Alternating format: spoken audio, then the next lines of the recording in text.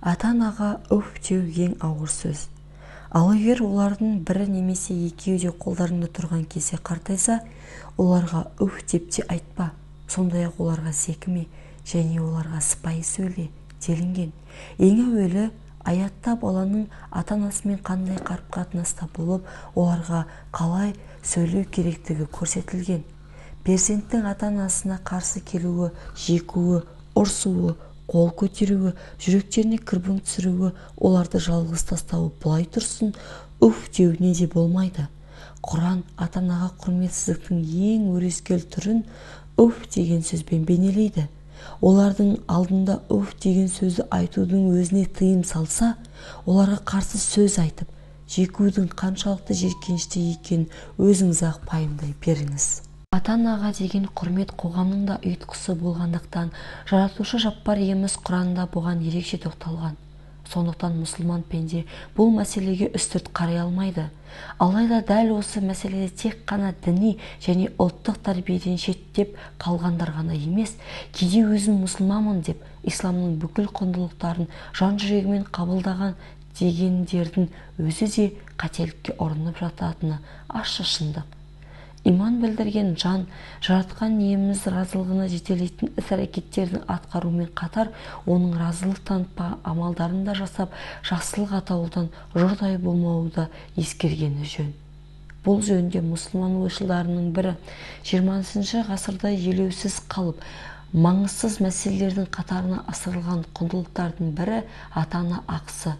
Осы жайдың батыста белең алуы қалыпты жайт деп қабылдасақ та, мұсылман әлемінде бұндай түсініктің орын алуы ақылсыз, ақылға қонымсыз әрі таңғаларлық мәселе. Біріншіден, Құранда ата-ананы уәлидәйн деп бір сөзбен беріп, бір кісідей көрсетіп, олардың ақысын Алла мен Алла елшісінің ақысымен бір қатарда баяндайды. Сондықтан біздің мойнымызда осы ұмытылған немесе ұмыттырылған ақиқаттарымызды ұрпағымыздың қайтадан есіне түсіру міндеті тұр.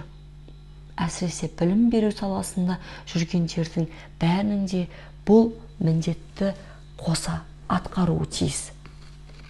Бүгінде ислам діні үшін өмірлік маңызы бар мәселелермен шұғылданып жүрмін деп ата-ана ақысын немқұрайлықпен қарайтын жандар да кездеседі. Бұл аса қауіпті қателік. Тіпті мұның дұрыс еместігін білгендер немесе оны дұрыс емес деп қабылдайтындар хақ жолдан тайып бара жатқандарды сезбейді, дейді. Кейбір жастар ата-анаға ақша жағынан қарасуды перзенттік борышын өтегендік деп біледі. Ал ата-ананың перзентінен күтетін тек қана материалдық көмек пе? Өзінің күйбең тіршілігінің арасында ата-анаңа уақыт бөліп, жанына барып, хал жағдайын біліп, қасында отырып әңгімелессең, бала-шағаңды ертіп барып, бастарынан иіскетіп, көңілін көншітсең, келіннің демдеген қою шайын ұсынып, мерейлендірсең, ата-анаң Аллаға шүкіршілік айтпай ма? Оның қазіргі бар арманы осы емес пе?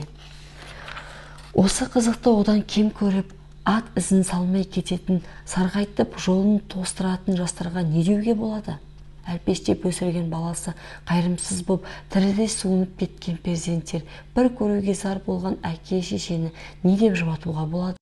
Баланың жақсысы қызық, жаманы күйік деген сөз осындай айтылса керек. Исра сүресінің 23-24 аяттарының соңында былай делінеді: оларға сыпайы сөйле, мейіріммен құшақ жайып, олар үшін былай деп дұға жаса: уа Раббым, олар мені кішкентай күйімде қалай мәпелеп өсірген болса, оларды солай мейіріңе бөлей көр. Ата-ананы ренжітпеуіміз, олардың көңіліне келетіндей сөздер айтпауымыз керек. Әрдайым көңілдерін жадыратып, жылы сөздер айтып, жарқын мінез танытып, олардың қас-қабағына қарап, хал-жағдайларын айтқызбай аңғарып, көңілдерін тауып, жағдайларын жасағанда кілем боп жайылып, төсек боп төсіле білу қажет. Ассалаумағалейкум ва рахматуллахи ва баракатух. Сіздерге Әкімбек Әлмуддинұлының «Жұмақтың кілті жанында» атты кітабынан үзінді оқып бердім.